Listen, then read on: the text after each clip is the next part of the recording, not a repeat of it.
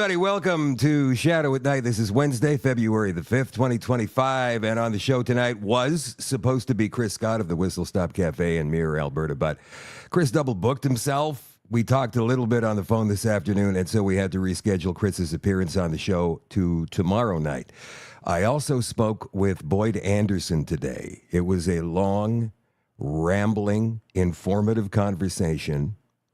And what we discerned from this conversation, which lasted about an hour, is that all of the information that Boyd has to impart to us, the new information, and he does reference his book, by the way, and his story. So you have to kind of know his story to move forward. It's like watching part 3 of The Godfather without having watched the first 2 parts.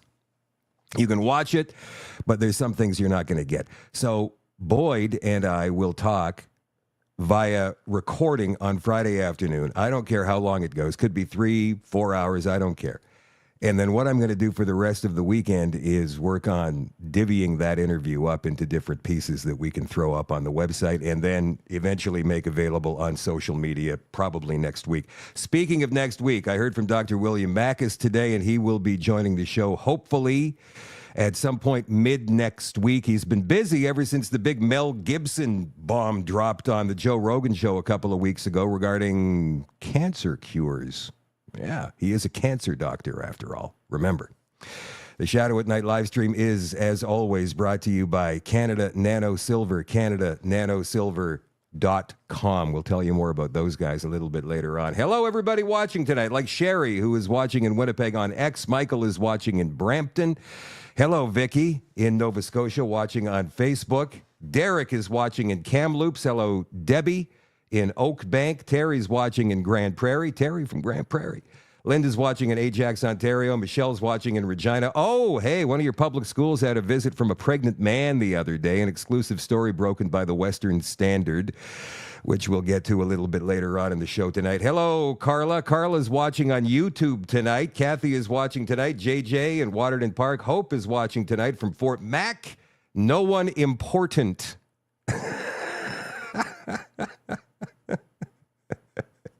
Come on, get your self-confidence up. No one important is watching on YouTube. Bernadine's watching in Calgary. Carol is watching on Facebook. Wherever you're watching, whatever platform you happen to be watching on, whether it's Rumble, like who have we got watching on Rumble tonight? The Regs, Nutsy, and Miss Kitty 19, and Notable, and Roween 30, and Anasty, and Uniacke. All you great folks on Rumble, thank you for being here. Share, get it out there to as many people as you possibly can. Share, share, share. Justin Trudeau spoke at the Lunar New Year celebration in Ottawa last night. I can't even believe the nerve of this guy. I'm not going to give you too much of it. About 2 minutes. Here you go. Resilience has long been a value you've embraced, and it's a value I think Canadians of all backgrounds have wholeheartedly embraced as well. These past few weeks have been challenging, but that resilience, that camaraderie we've seen on display has been remarkable. And in the spirit of the Lunar New Year, I've never been more optimistic about Canada's future. We're not out of the woods yet. We need to continue to pull together and be there for each other. But as I announced yesterday, we reached an agreement with the United States to pause the proposed tariffs against Canada, along with our countermeasures, and working together to tackle the scourge of fentanyl. And, of course, we will keep working until those tariffs are off the table altogether. But the one thing that has shone through over the past few days is Canadians being there for their neighbors, for their friends, looking to buy Canadian goods, looking to find Canadian suppliers. Looking to boo the U.S. national anthem at hockey games. Looking to be there to support communities right across the country through these challenging times. That is the very best of Canada. We pull together when we're faced with challenges, and that's what we've seen from coast to coast to coast. We are more aligned than ever. We are more united than ever. We've collectively shown that when Canada's interests are in danger, our political identity no longer matters. There is only one team, and that is Team Canada. So as we move forward into the year of the snake, let us commit to fully embracing the values that the Lunar New Year represents. Let us resolve to remain resilient and united. Let us commit to working towards a better, brighter future. And let us recognize the role that you, Chinese, Korean, and Vietnamese Canadians all play in making Canada the very best country on earth. Merci encore de m'avoir invité à célébrer avec vous ce soir. Je souhaite à vous tous une très belle nouvelle année. Shinyen Kwaila, Somnin Failok, Chukmun Namoy, Seebok Manibadiseo. Merci beaucoup, mes amis. Thank you.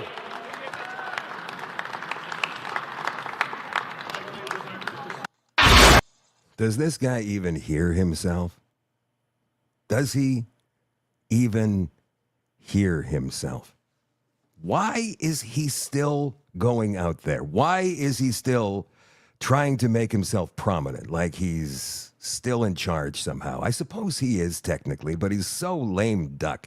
And now look at this. He's announcing an economic summit in Toronto to boost the economy and domestic trade. This after 9 years of just letting the country rot.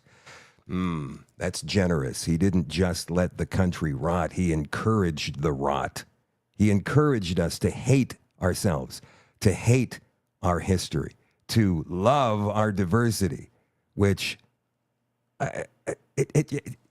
people do that on their own, but they usually base it upon individual personality traits. For example, if you're a good person, if you're a nice guy, a nice gal, you hold doors for people, you hold an elevator for somebody, you maybe carry an old lady's groceries, you give her a seat on the bus, those kinds of things. I don't care what your skin color is, your background, your culture, your religion, your sexual preference. I don't care. But Trudeau has made it a point to try to make us care about those things. And now here he is announcing plans to host an economic summit in Toronto, attended by members of the Council on Canada-U.S. Relations, to galvanize business and investment across the country. This is just going to be one of those get-together, drink, eat, and whatever else kinds of weekends for these guys. There's absolutely nothing constructive going to be done at this thing. It's useless. It's a waste of tax dollars. Of course it is. We all know this, but of course Trudeau is announcing it to try and make himself look like he's doing something important. The Canada-U.S. Economic Summit is Team Canada at its best, wrote Trudeau in a statement released today. We're bringing together partners across business, civil society, and organized labor to find ways to galvanize our economy, create more jobs and bigger paychecks, make it easier to build and trade within our borders, and diversify export markets. Isn't that what Pierre Poilievre has been talking about for the past month or so? Is this Trudeau actually stealing Poilievre's ideas? I wonder if Trudeau would steal this idea from Pierre Poilievre, who spoke to reporters this morning in Vancouver. So the Liberals now appear to be taking the fentanyl trafficking more seriously with the announcement of a fentanyl czar. Do you think this move is purely performative, or do you think it'll actually have an impact? Also, do you think your plan will have support across the aisle? Thank you for your question. Of course it's performative. The Liberals would like you to believe that they now agree with Pierre Poilievre and the common sense conservatives on everything. You know, why is it that right before the election, they suddenly changed their mind? Well, because they're trying to, these lying Liberals are trying to trick Canadians into giving them a fourth term. They're not going to change. The only way you'll get a change is by electing a common sense conservative government that will put Canada first. I have been against the carbon tax all along. I've been against the capital gains tax increase all along. I've been against fentanyl and in favor of tough penalties and strong borders all along. The Liberals will try to trick you to think that into thinking that they now agree with Pierre Poilievre on everything. There is only one common sense conservative government. There is only one common sense Canada First party that can change the country. And I am the leader of that party. I will be the one to stop the fentanyl and bring home the country that we knew and love. If you kill dozens of people, you should go away for life. And that is what we will do. I will lock up these fentanyl murderers and we will throw away the key. And I will do it not just to save lives, but to uphold the Charter of Rights and Freedoms. En français. But would you use 33 to insulate the law so it doesn't get bat down in court? Oh, it won't. No, well, because the judges are going to be obliged to by Section 7, it's clear that people have the right to life, liberty, and security of the person. So what I'm proposing is necessary to uphold the Charter of Rights and Freedoms. And you do not have the right to go out and kill 20 or 30 people by spreading poison in the community. That is not a charter right. So the Liberals believe that mass fentanyl murderers who have taken 50,000 lives have the right to go free on the streets. That is how they interpret the charter. Here's how I interpret the charter. That law-abiding people have the right to expect that their children will not die in back alleys. That's the charter right I will uphold. He's an interesting character, this Pierre Poilievre. We've noticed a slight dip in polling in the last week and a half for the Conservatives and a slight rise for the Liberals based upon this leadership contest they're having. It's not really a leadership contest. It's not really a leadership election. We know Mark Carney's going to win. He was in Windsor, Ontario this morning, talking tough, talking like he's already the prime minister. We'll show you some video of that in just a second. Pierre Poilievre is slow to pivot, right? He was still talking about axe the tax and carbon tax election and all of that just a few days ago when everybody else was talking about tariffs. And he went, oh no. He and his people, I'm sure, got together in some office someplace and said, we've got to find a way to pivot smartly on this so we don't lose any support.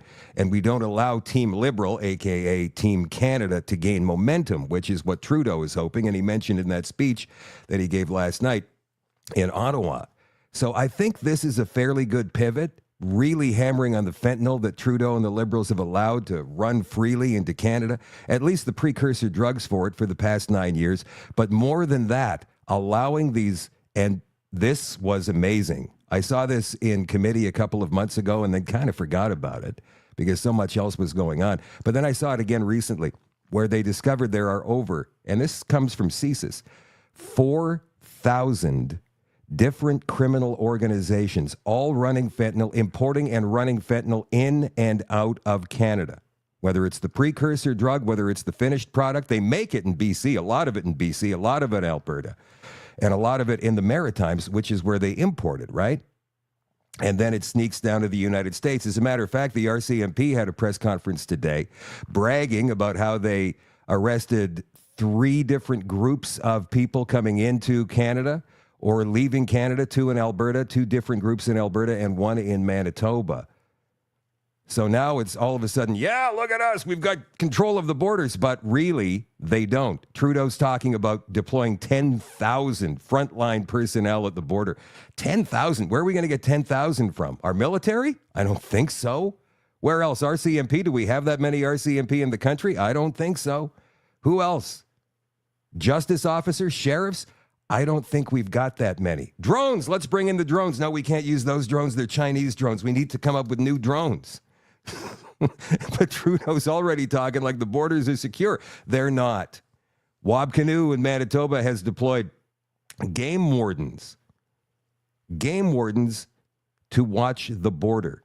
And remember, there's people crossing not at the regular points either. We're hearing now they're crossing it in the middle of winter when it's minus 25 without the wind chill. They're crossing 15 kilometers east of a border port or 30 kilometers west of a known border port or a known entry point in the past. So they're coming up with new ways to get in and out of the country. And remember, fentanyl, small amounts of it, especially the carfentanil, which is way worse, 1,000 times worse, they say, than regular fentanyl. They're using that as well, which is frightening.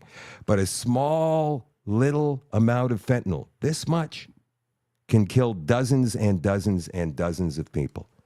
And I'm not even exaggerating when I say that. So let's get back to the tariff talk for just a second. We've heard enough from Trudeau about that. We've heard a lot from Carney about that. We'll show you a video from Carney in just a couple of minutes. We've heard a lot from Danielle Smith about that, who I think is pretty much been the one who got Canada out of this jam, at least for 30 days in the first place. But we haven't heard so much from the premiers of the other two have provinces in this country, Saskatchewan and British Columbia. So here's Scott Moe talking about Saskatchewan's approach to possible tariffs and different ways to circumvent them. Again, I've been very clear when it comes to tariffs of any kind, whether they be retaliatory tariffs, counter tariffs, or whether they be the initial tariffs that are imposed by President Trump. They're harmful to everyone that lives in North America. The small suite are growing now. First instance of retaliatory or counter tariffs that the federal government has imposed has grown from its original iteration, and unfortunately it's necessary. Unfortunately, it is necessary. If we find ourselves in a broad tariff war or trade war where everything that is flowing north and south is subject to tariffs, Canadians will lose that. We are an exporting province and we are an exporting nation. And we should not be heading that direction. That should not be the goal. And we should not be openly discussing what that might look like, because the goal and the focus and everything that we do needs to be heading exactly the other direction, where we are removing the tariffs that could potentially be imposed, whether they be President Trump's tariffs or the counter tariffs that have even been proposed by our Canadian government. So we unfortunately do support the first suite of counter tariffs that have been introduced. Looking at the second list that is there, are not supportive in any way of export tariffs that would be tariffing, whether that be electricity coming out of Manitoba, Quebec, into the U.S., or whether that be energy or potash products that are coming out of our province or Alberta. And most certainly, I think we have, if this is the case in what has happened between the President Trump and his administration this morning and the President of Mexico, where their tariffs have been granted a 30-day reprieve due to placing a number of military personnel along the border. We have that opportunity as well, and it was a suggestion that I had brought forward a number of weeks ago. All right, so there's Scott Moe, Premier of Saskatchewan, sounding rational-minded, right? Sounding like he's on top of it. He supports a first round of counter tariffs, but not the second round where they're talking about cutting off energy, electricity from Manitoba or Quebec or BC or Ontario to the United States. It would be foolhardy. Trump has already said that if Canada retaliates with tariffs, he will make the tariffs he puts on our products even worse. Probably jack them up to 50%, like 50. He's not screwing around here. He's not screwing around. He wants this fentanyl problem fixed. He's going to fix it in the United States, and he wants it fixed up here, and he wants it fixed down in Mexico. And so far, so good. We'll keep an eye on Trudeau to see what his next move is. But as it is now, he's bragging about new border security and having a fentanyl czar and, and all of that stuff. What about the other have province in Canada? What about the Premier of British Columbia, David Eby? You're not going to believe this. This is real. This is not deep fake or AI or anything. This is David Eby addressing the people of British Columbia. It's only a short 15-second clip a couple of days ago. Watch this. For our first of many steps, effective today, I have directed BC liquor sales to immediately stop buying American liquor from red states. Liquor store employees will be removing the most popular of these brands from government store shelves. What? From red states. Let's watch that again here. Let's throw that up. For our first of many steps, effective today, I have directed BC liquor sales to immediately stop buying American liquor from red states. Liquor store employees will be removing the most popular of these brands from government store shelves.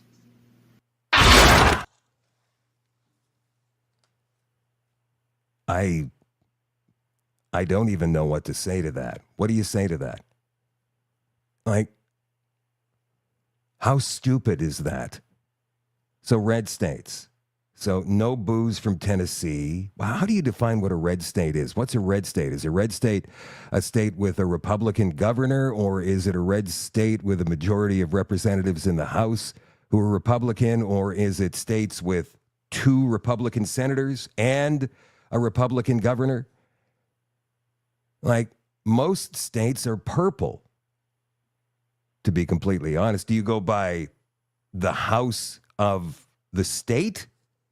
Which party controls the House and the Senate of a certain state? Red states, blue states? How does that make any difference?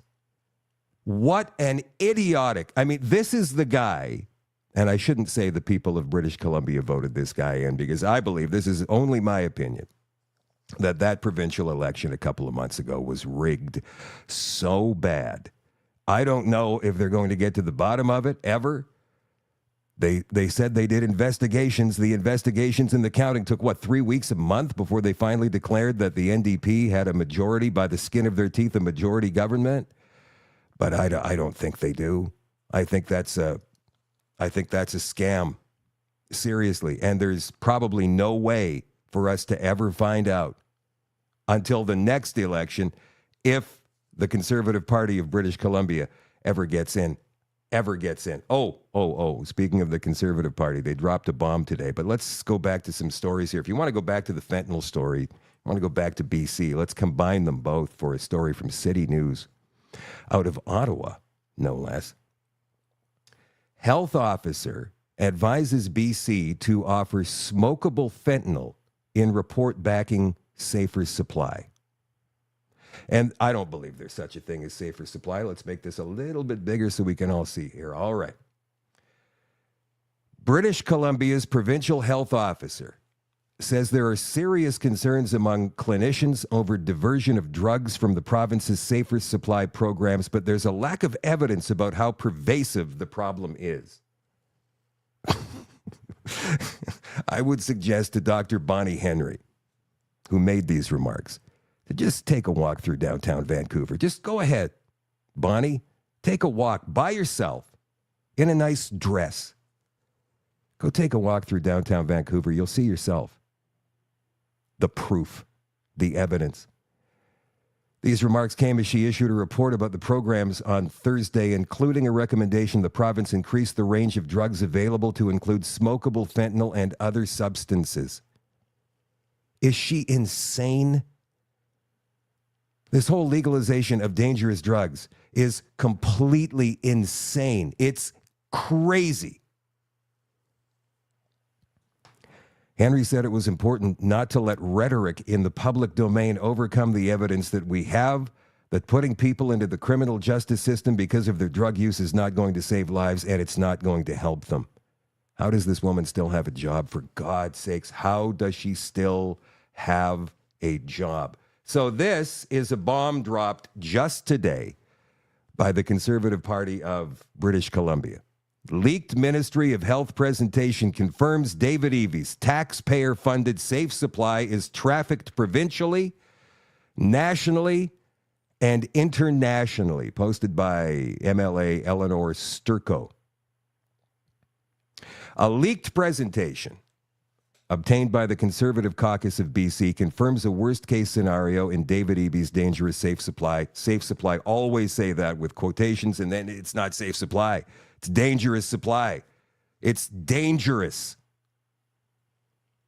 In this experiment, taxpayer-funded safe. Now, we knew this already, but this is big news because finally, the left-wing corporate media is picking up on it.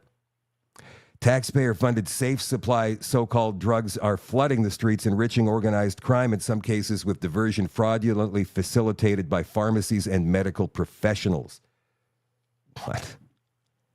The presentation, reported to have been delivered to law enforcement in BC by the Provincial Ministry of Health, states that a significant portion of the opioids being freely prescribed by doctors and pharmacists in BC are not being consumed by their intended recipients, and that prescribed alternatives are trafficked provincially, nationally, and internationally. British Columbia was singled out as a source of illegal opioid trafficking by the American president, said Eleanor Sturko, critic for Solicitor General and Public Safety. Canada now has a 30-day reprieve from U.S. tariffs to address border security and drug trafficking.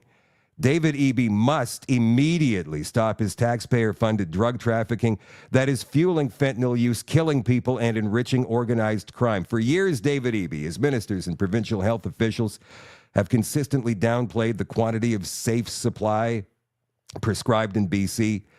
However, the presentation attached reveals the number of opioids prescribed for safe supply has exponentially increased from just over 500,000 pills in the first 6 months of the program in 2020 to more than 20 million opioid pills and fentanyl patches between 2022 and 2024. The Ministry of Health presentation also highlights the NDP government's awareness that pharmacy incentives are being offered to doctors, housing, and medical professionals.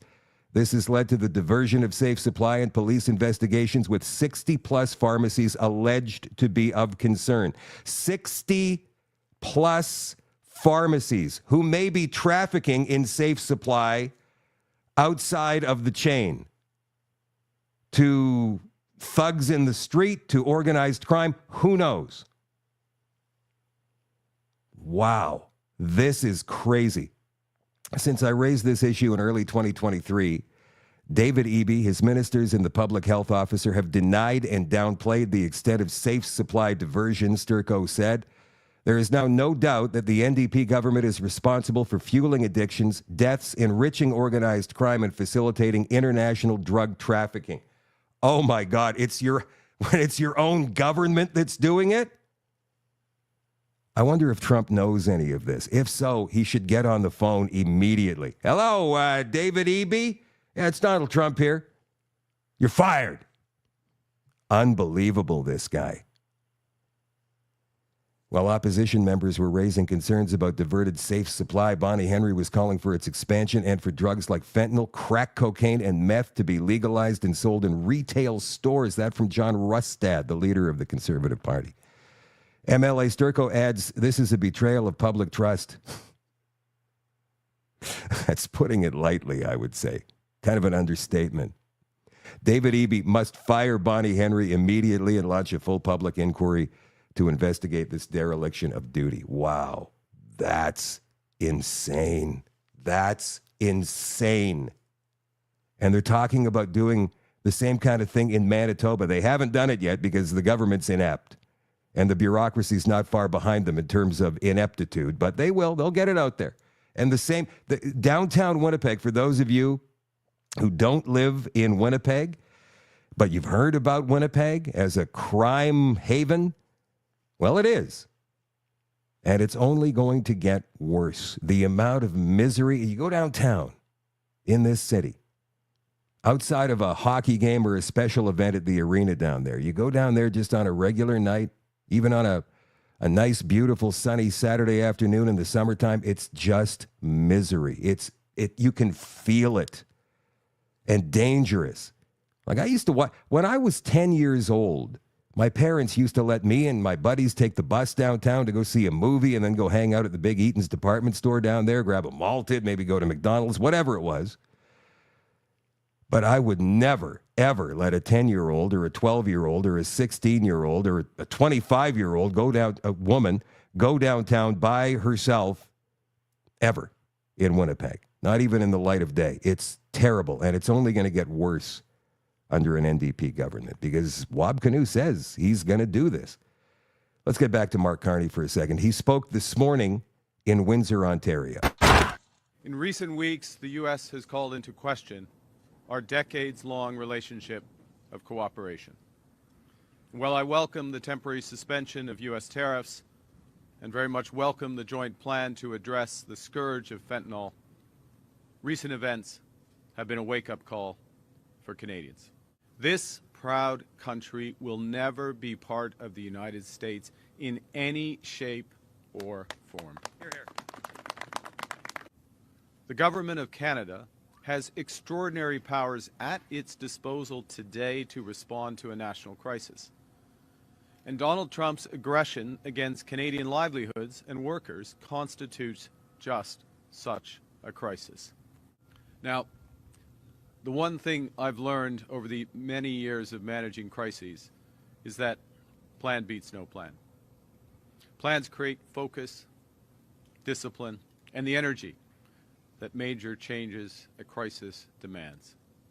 And make no mistake, we are in a crisis. While America attempts to turn back the clock, Canadians will build sustainability for future generations. This is the time to change. This is our time to build. This is the time for Canada. Who are those people standing behind him? He doesn't have any ministers. Who are they? Just supporters? Just random people? Mark Carney. Talking like he's already a prime minister. That's crazy. Oh, and by the way, he's talking about these special powers the government of Canada has. A lot of people have been asking me, hey, Shadow, how can Trudeau input these retaliatory tariffs when Parliament is shut down? It's prorogued right now. It's not supposed to come back until the third week of March, unless, of course, that court challenge, which is rapidly approaching, next week, I think it is, or maybe the week after that, unless that court challenge succeeds and Parliament has to return, in which case I'm hoping that we get a vote of non-confidence. But anyway, what are these powers that Mark Carney is talking about, that they don't have to go to Parliament, even though Parliament is supposed to be supreme in the Westminster system of government? Well, these powers are called prerogative powers.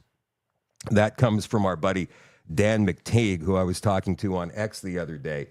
And these prerogative powers, according to the Canadian Encyclopedia, are defined as the residue of discretionary or arbitrary authority, which at any given time is legally left in the hands of the Crown. So in this case here, it would be the Governor General, right? Originating in common law from practices developed through centuries, the sovereign delegates then to the Governor General on advice from the federal cabinet, which would mean Trudeau, and to the lieutenant governors through the governor in council. They include appointment and dismissal of the prime minister and the summoning, proroguing, and dissolving of parliament in accordance with ministerial advice, parliamentary practice, and constitutional remedies for unusual emergencies. And that's how this was classified, like electoral deadlock, a premier's or prime minister's death, or tariffs being imposed by the largest economy in the world. So yeah, the prime minister has got all of these powers, these prerogative powers that he has to ask the governor general for. And of course, the governor general always says, yes, of course, you appointed me. We're childhood friends. Of course, of course, of course. Anything you want, Justin, anything you want. And boom, there you go. I believe that the PMO, the prime minister's office, has way too much power. They say that the prime minister of Canada has more power than any head of government in the world, because that's how it's shaken out through convention and law over the past 100 years or so. Liberal leadership frontrunner Mark Carney refuses to disclose investments and other financial interests. What? As the battle to be the next Liberal Party leader hits up, the IGF reached out to all the contestants who've thrown their hats in the ring for the Liberal leadership, asking them to disclose their assets, sources of income, and liabilities. While several contestants have already publicly disclosed their financial interests, former Bank of Canada and Bank of England Governor Mark Carney has refused. Carney's campaign told the IJF the leadership contestant would only disclose his financial information if elected as an MP. As leader, Carney will work hard to earn a seat in the House of Commons, where he's committed to complying with Canada's ethics and conflict of interest rules, including disclosure of assets and liabilities. From Liam Roach, a spokesperson for Carney, Carney is widely seen as blah, blah, blah, blah, blah. So he doesn't want to disclose any of that stuff, at least not yet. Okay, here's the story that many of you have been waiting for since the show started. An exclusive from the Western Standard. Now, I'm going to be completely and totally open and honest with you here. I saw this today. I posted it on social media today. I read the headline in the first paragraph, and I thought, I got to put this on the show tonight, but I want a genuine reaction from myself, so I'm not going to read the rest of it until now. So this is the first time that I've read the entire story, and I cannot wait. Exclusive. Pregnant man, subquote, visits a Regina public school. And there's a photo of the man. I shouldn't laugh. I shouldn't laugh because it's ridiculous. It's ridiculous. We shouldn't even be talking about this. We shouldn't even, it's so stupid. A pregnant man's classroom visit at École W.S. Howrelick School has left some parents and Regina Public School employees upset about the lack of parental notification and consent. The unannounced visit took place in January, according to a source within the school, who said they were horrified and mortified that it happened without parents knowing about it. Parents said these visits are another sign that RPS is promoting radical gender ideology. You think? While ignoring Bill 137, known as the Parents' Rights Bill in Saskatchewan, which calls for more transparency and involvement of parents in discussions about gender identity and sexuality. In January, Premier Scott Moe's government directed school boards to revise their bathroom and changing room policy, but RPS has stated it will continue following the Canadian Charter of Rights and the Saskatchewan Human Rights Code instead. Oh, I would love for this to go to a constitutional battle. Parents who disagree with RPS's approach said they want clearer communication and input when sensitive topics such as transgenderism are brought into the classroom. The kindergarten to grade 8 school in Regina's East End shares a transgender educational assistant with Harbor Landing School. RPS has not issued a public response. The Western Standard reached out to Premier Scott Moe's office, but no response yet. And there's Lise Merle's XX post about it. Southeast Regina Elementary School students recently had a surprise visit from a heavily pregnant man, quote unquote, after they were escorted into the classroom, all without parental knowledge or consent. Kids left confused and disoriented. Do they say what grade? It's kindergarten to 8, for goodness sake. So that would make the kids at the oldest 13. Who does this to little kids? So this is clearly a woman who has had top surgery and has been taking a healthy amount of steroids, that's for sure. That's sickening. It's absolutely sickening. Donald Trump signed a bill today. No men in women's sports. Check it out. But Marco is going to make clear to the International Olympic Committees there, and he's going to make it as clear as anybody can make it, that America categorically rejects transgender lunacy. We want them to change everything having to do with the Olympics and having to do with this absolutely ridiculous subject that we even have to talk about this subject. If you went back 10 years or 15 years and you would move forward and listen to this, you'd say, what the hell are they talking about? This is impossible. But you have people out there, Democrats, that are still totally in favor. They can't win the argument. They can't win a debate. They look like fools, and they continue to go on. Just in 2028, my administration will not stand by and watch men beat and batter female athletes, and we're just not going to let it happen, and it's going to end, and it's ending right now, and nobody's going to be able to do a damn thing about it, because when I speak, we speak with authority. Okay, so our friend Billboard Chris was there today at the event. He took some video, and here it is. This is Donald Trump actually signing the bill or the executive order. I'm not sure which it is. Either one makes men and women's sports illegal. And watch what Trump does here. See all the girls there supporting women's sports? Come on, you guys, watch me do this. Secret Service is worried about them. We have to worry about them. We have a big problem.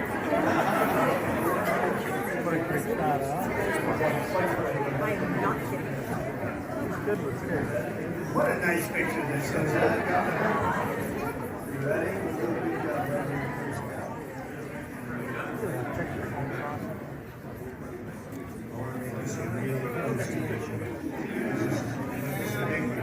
Get down, please.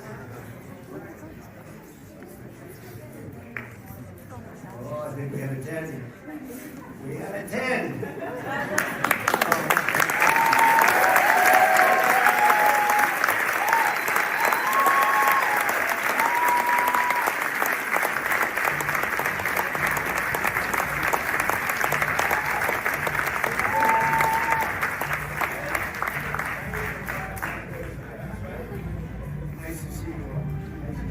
Great going, everybody.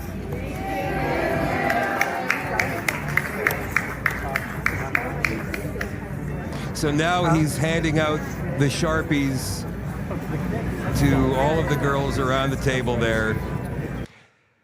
And how can you not love a moment like that? There should not be men competing in women's sports. Come on, man. Seriously. You know, you've seen some of the stories that Rebel News, specifically David Menzies, has gone out and covered, where you've got a 50-year-old man or older who is a university professor, no less, or an assistant university professor, competing with 12-year-old girls in swim meets and changing in their locker room.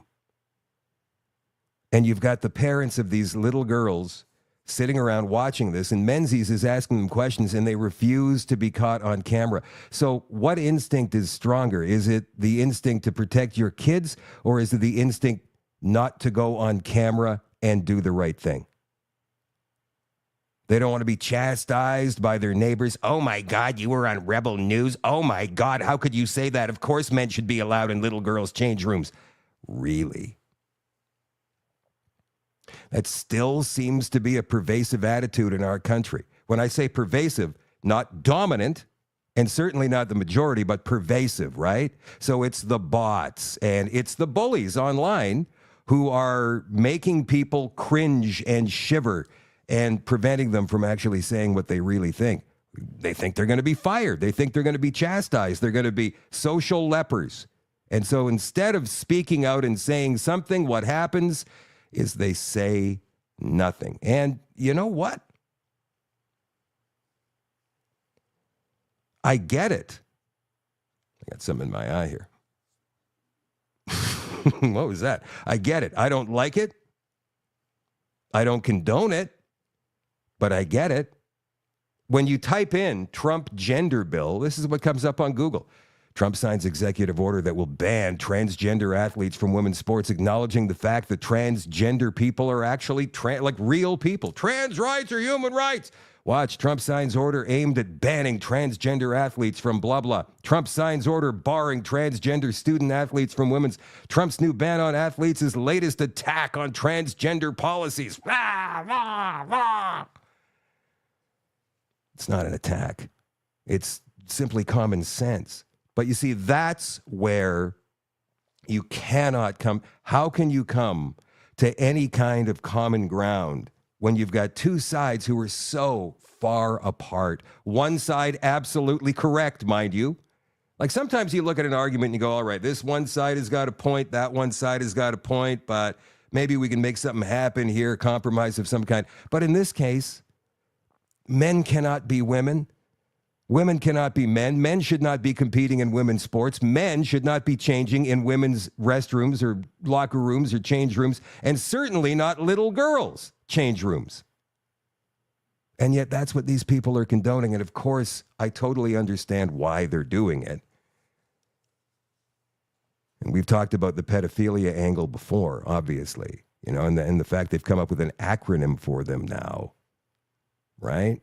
You guys remember what the acronym is for pedophiles these days?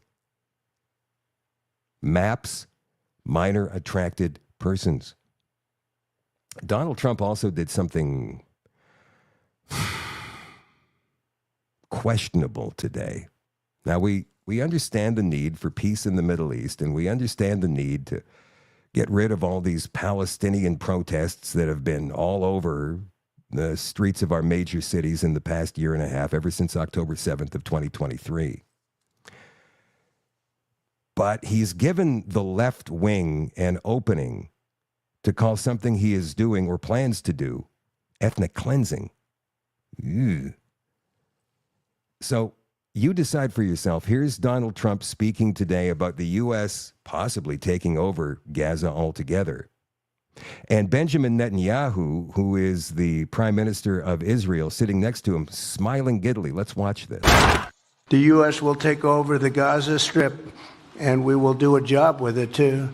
We'll own it and be responsible for dismantling all of the dangerous unexploded bombs and other weapons on the site.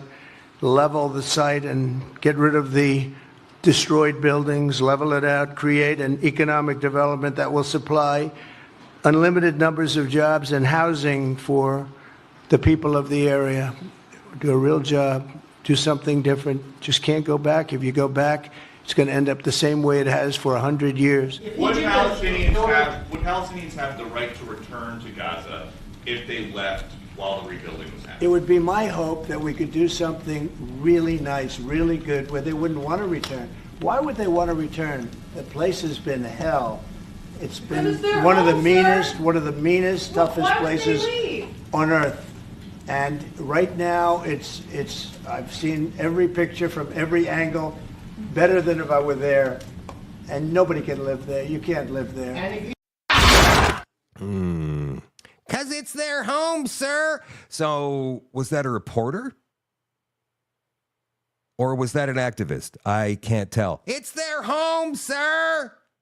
You see, any reporter that goes in with a preconceived notion like that and who feels bold enough to speak out to the president of the United States, in my opinion, that's an activist, not a reporter, not at all.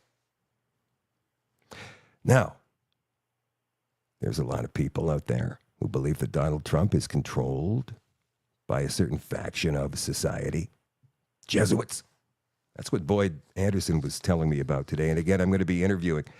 Boyd and I are going to do a recorded interview on Friday afternoon, after which I will chop up into pieces. It's going to be long. I'll chop it up into pieces. I'll put it on the website in different parts, and then I'll put it out on social media next week. Chris Scott from Whistle Stop Cafe in Mirror, Alberta, joins the show tomorrow night. He was supposed to be on tonight, but he double booked himself. And so he's going to be coming on tomorrow night. And then we're going to talk to Dr. William Mackis one night next week to see how he's holding up through all of the persecution he's still getting from the Alberta government, specifically AHS. But since Danielle Smith fired the AHS board for a second time now, I'm wondering if that persecution is still happening. We'll catch up with Dr. William Mackis next week here on the Shadow at Night live stream. So let me throw this up here. Silver is amazing. No, not that. I'm going to get to that in just a second. This is what I was talking about. All right, so David Icke. We know David Icke. Conspiracy theorist for the last 40 years. Sorry, truth seeker for the last 40 years. And here's what David Icke says just today on his X about Donald Trump and this whole Gaza thing that he's got going on.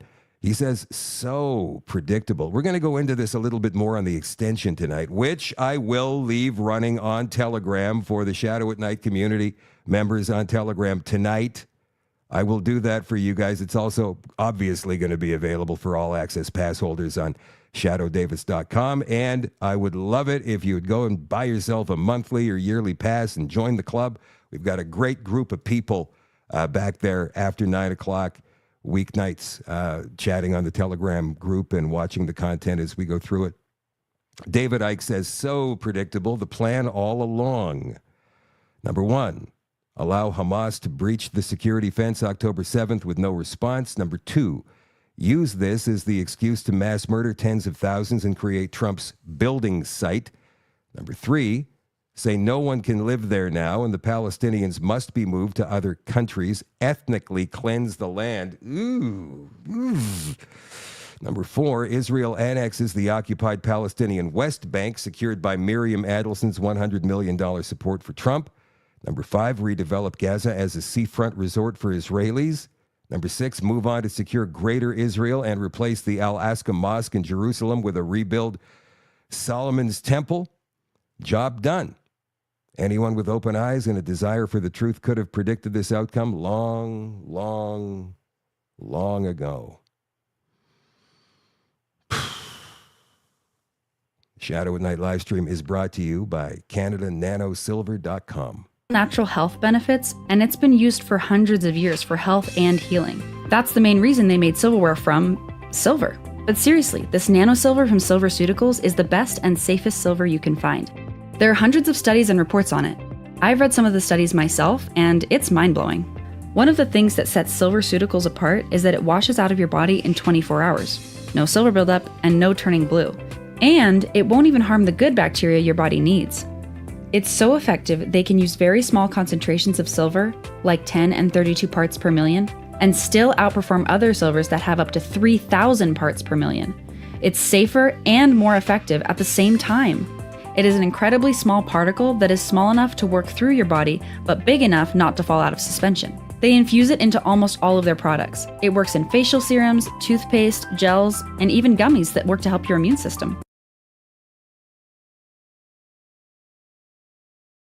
That commercial ends so abruptly. CanadaNanoSilver.com. Get in touch with Kevin and Anna through the contact tab on the website, or you can call them. Look, there's the phone number right there, 204-808-9292. CanadaNanoSilver.com. If you're looking for a retail location near you, just hit the retail locations tab. And again, if you would like to become a retailer of these awesome products, you get a hold of Kevin and Anna through the website or the phone number, which is on the website, CanadaNanoSilver.com. Oh, and by the way, coming up on Saturday, February 16th, make that 15th, and Sunday, February 16th, the Winnipeg Wellness Expo at the Winnipeg Convention Center between 10 and 6 on Saturday, 10 and 5 on Sunday. Canada Nano Silver will be there with their products on hand. If you want to go and visit them, say hello and maybe pick up some of the gel, some of the facial serum, some of those beautiful immune gummies. Again, that is the weekend of February 15th and 16th, the Winnipeg Wellness Expo. Canada Nano Silver will be there on site. All right, some more stuff from the United States. What are we going to go with first here? Oh, here's Caroline Leavitt. She is the press secretary. She's talking more about the USAID scandal, which broke a couple of nights ago, telling us exactly who else is getting some U.S. taxpayer money.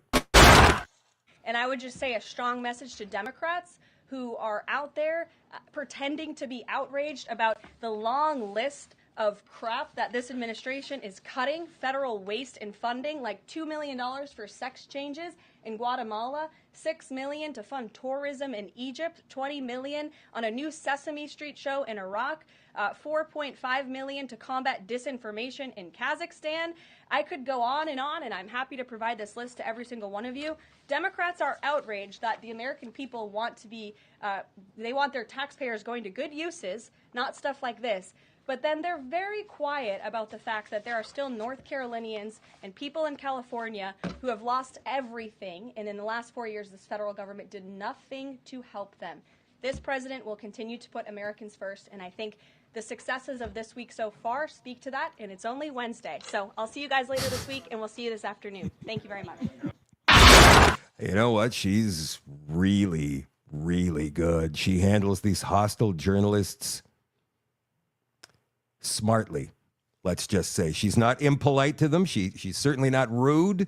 She just tells it like it is. She kind of reminds me of, what's her name? McInerney. Kelly? Whatever. Doesn't matter.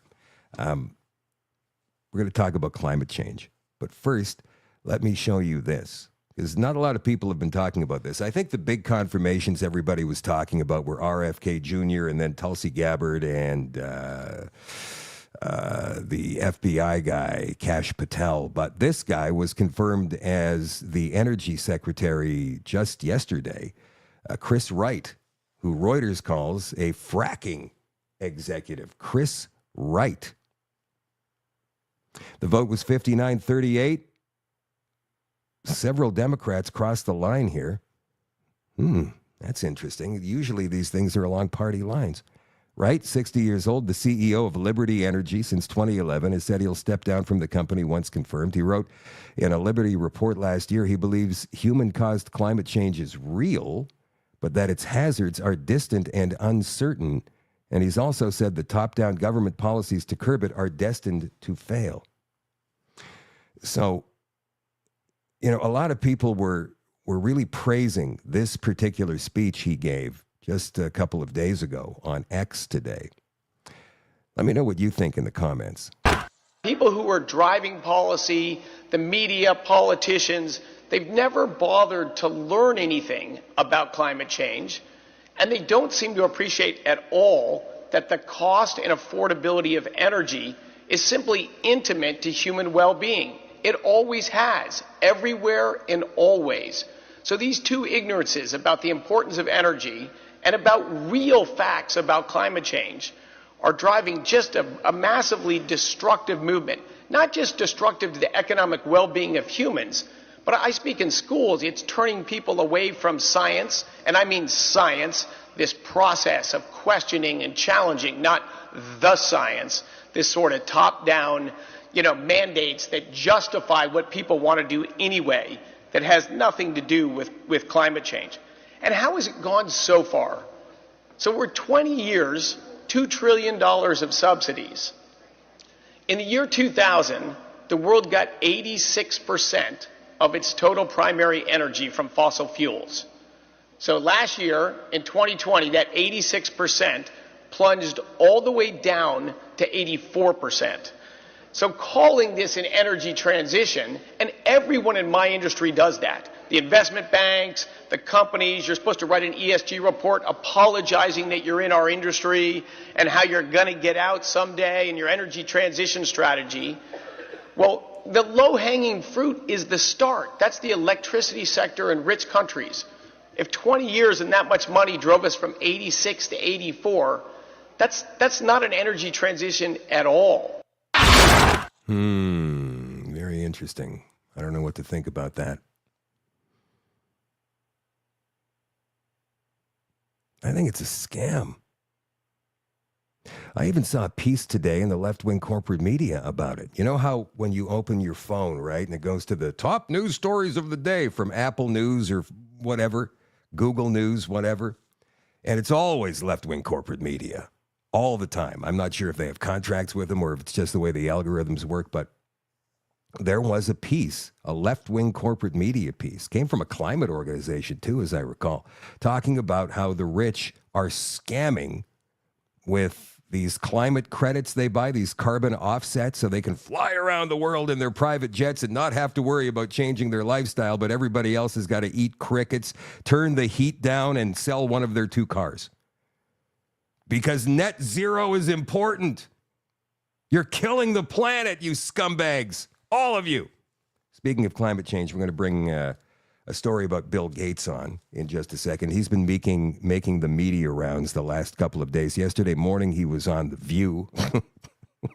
Last night, he was on either Jimmy Kimmel, one of the Jimmys. The Tonight Show with Jimmy Fallon, I think he was on. So we're going to get to that in just a second. And another country is pulled out of the World Health Organization. Big news, speaking of Bill Gates, is that Pam Bondi, the new Attorney General of the United States, says we are days away from dropping the complete list, the entire list of names from the Jeffrey Epstein files. And here's Pam Bondi talking about it on Fox News a couple of years ago. No, he was on the plane, not only on the plane a couple times, multiple times. He traveled internationally with Jeffrey Epstein. And he was on the plane called the Lolita Express because it supposedly had a bed in there where Jeffrey Epstein had young girls. He has been a friend of his, a continuing friend of his for years and years. Contrast that with Donald Trump, who hasn't spoken to him. She's talking about Bill Clinton, by the way. In many years, over a decade, after he kicked him out of Mar-a-Lago for bad behavior. So that's the difference there. And I think Americans see the two-tier justice system. But, we don't know. They're saying Clinton has not been to his private island, but he has traveled all over the world with Jeffrey Epstein. I want to know why A.G. Garland and the Justice Department are so quiet on this tonight. They're out there labeling parents domestic terrorists, yet they're saying nothing about this. And these documents were so slow to come out. Human trafficking is a multi-billion-dollar business in this country, and Jeffrey Epstein is dead, and Ghislaine Maxwell is in prison for 20 years where she belongs. And if people in that report are still fighting to keep their names private, Sean, they have no legal basis to do so unless they're a child, a victim, or a cooperating defendant by some chance against some potential case against Ghislaine Maxwell. And I think Mark Garagos, as a great criminal defense attorney, will back that up as well. There you go. She's ready to drop the names next couple of days. Maybe even it's out there already. Maybe she dropped it 10 minutes before the show started tonight. I don't know. I'm curious. I'm anxious. I want to go check it out, and I will. But we've still got show. We've still got a couple of things left to do here, you guys. Bill Gates. We will not need humans for most things. Remember, we've talked about this weird-ass depopulation agenda that seems to be the preoccupation of many of these elites. Well, sorry, let's not call them elites. The elitists, the globalist elitists out there. Bill Gates has gloated that we will soon have little use for human beings thanks to advancements in artificial intelligence technology. According to Gates, humans will not be needed for most things. Gates made gloating remarks while grinning from ear to ear and rubbing his hands together during an interview with Jimmy Fallon last night. While Gates appeared to revel in the idea of humans being replaced by machines, he admitted that people may still be required for entertainment purposes like sports. He noted, we don't want to watch computers play baseball.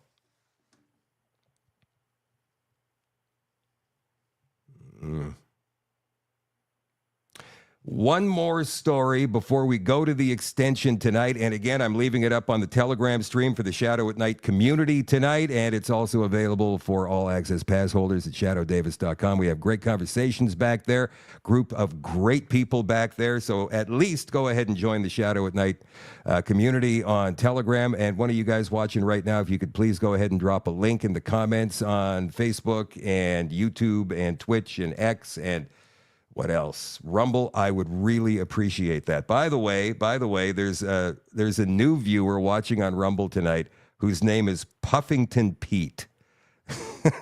Whenever I see a great name pop up, usually on Rumble, I have to mention it. Puffington Pete, love your handle, brother. Thank you for joining the show tonight. Here's the final story of the night. On social media anyhow. We're going to go into more on Donald Trump in the extension. From left-wing corporate CTV, this is an Associated Press story. Argentina says it will withdraw from the World Health Organization due to profound differences with the United Nations, or the UN agency, a presidential spokesperson said today. President Javier Milei's decision echoes that of his ally, Donald Trump, who began the process of pulling the United States out of the WHO with an executive order on his first day back in office. The loss of another member country will further fracture cooperation in global health, though Argentina was expected to provide only about $8 million for the WHO for the agency's estimated $6.9 billion budget for this year. $6.9 billion. I wonder how much of that gets laundered as well. Isn't that crazy? There's a couple of other countries that have dropped out today, but I can't pronounce them, so I'm not going to bother. When somebody prominent drops out of the World Health Organization, I will definitely mention it. That's it for the social media part of the show tonight, you guys. I'll join you for the extension over on Telegram and the Shadow Davis website, shadowdavis.com, in just a second. For those of you who are not going to be joining, I will catch you tomorrow night with guest Chris Scott of the Whistle Stop Cafe in Mirror, Alberta at 8 o'clock Central. I love you all. I appreciate you all.